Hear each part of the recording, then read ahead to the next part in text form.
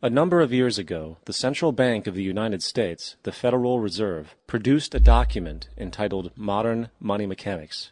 This publication detailed the institutionalized practice of money creation as utilized by the Federal Reserve and the web of global commercial banks it supports. On the opening page, the document states its objective.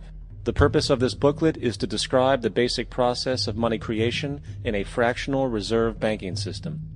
It then proceeds to describe this fractional reserve process through various banking terminology, a translation of which goes something like this. The United States government decides it needs some money, so it calls up the Federal Reserve and requests, say, $10 billion. The Fed replies, saying, sure, we'll buy $10 billion in government bonds from you. So the government takes some pieces of paper, paints some official-looking designs on them, and calls them treasury bonds. Then it puts a value on these bonds to the sum of $10 billion and sends them over to the Fed.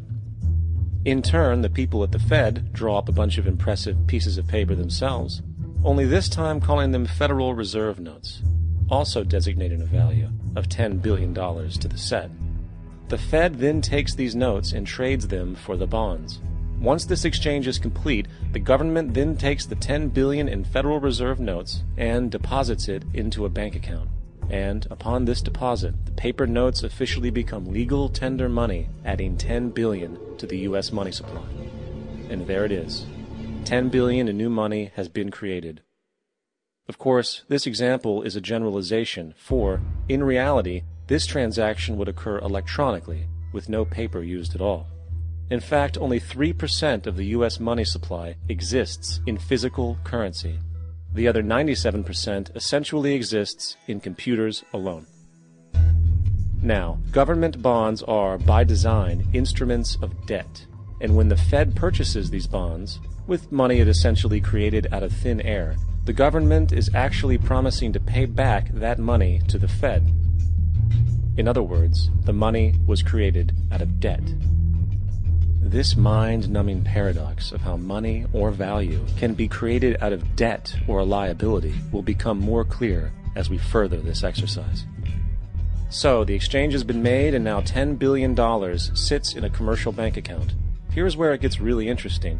For as based on the fractional reserve practice, that $10 billion deposit instantly becomes part of the bank's reserves, just as all deposits do. And regarding reserve requirements, as stated in Modern Money Mechanics, a bank must maintain legally required reserves equal to a prescribed percentage of its deposits.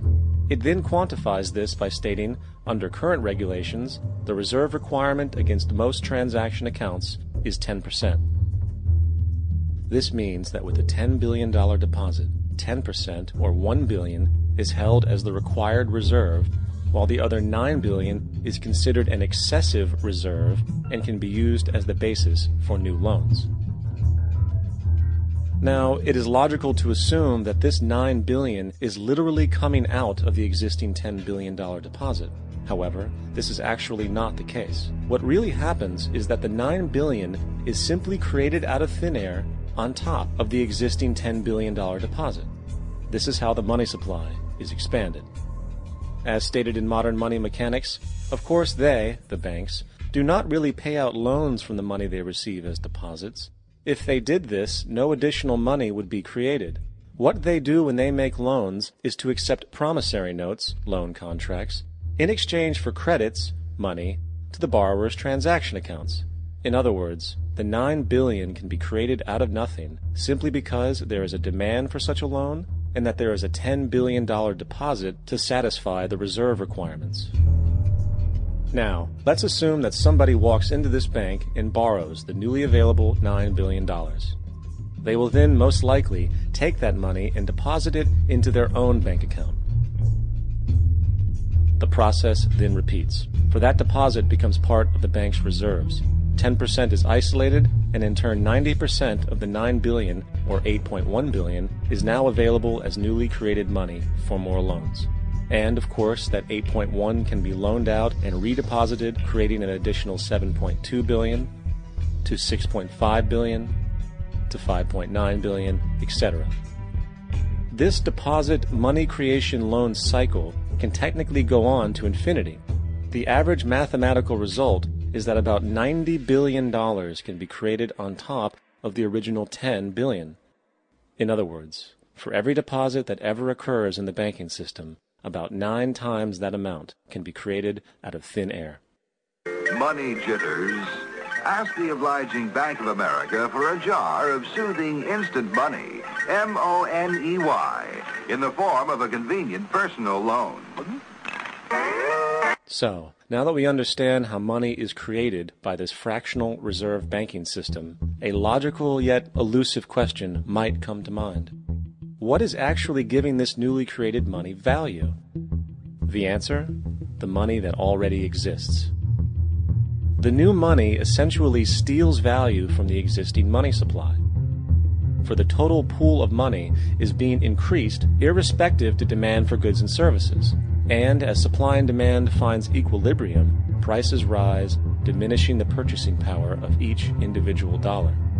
This is generally referred to as inflation, and inflation is essentially a hidden tax on the public. What is the advice that you generally get? And that is inflate the currency. They don't say debase the currency. They don't say devalue the currency. They don't say cheat the people who are saved. They say lower the interest rates. The real deception is when we distort the value of money. When we create money out of thin air, we have no savings, and yet there's so-called capital. So my question boils down to this. How in the world can we expect to solve the problems of inflation, that is, the increase in the supply of money, with more inflation? Of course, it can't. The fractional reserve system of monetary expansion is inherently inflationary. For the act of expanding the money supply, without there being a proportional expansion of goods and services in the economy, will always debase a currency. In fact, a quick glance at the historical values of the US dollar versus the money supply reflects this point definitively, for the inverse relationship is obvious.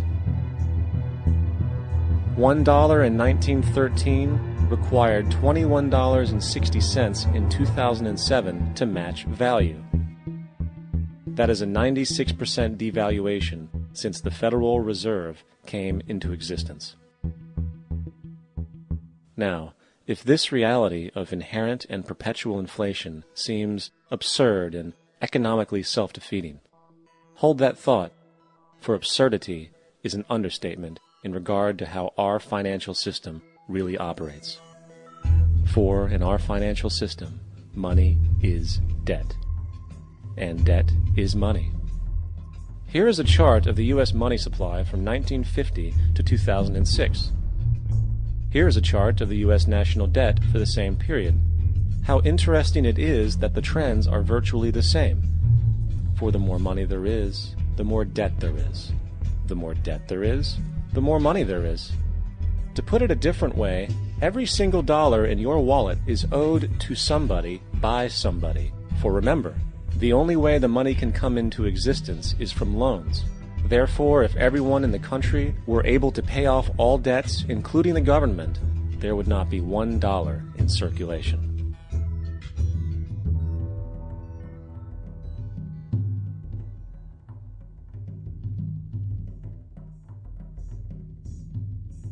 In fact, the last time in American history the national debt was completely paid off was in 1835 after President Andrew Jackson shut down the central bank that preceded the Federal Reserve.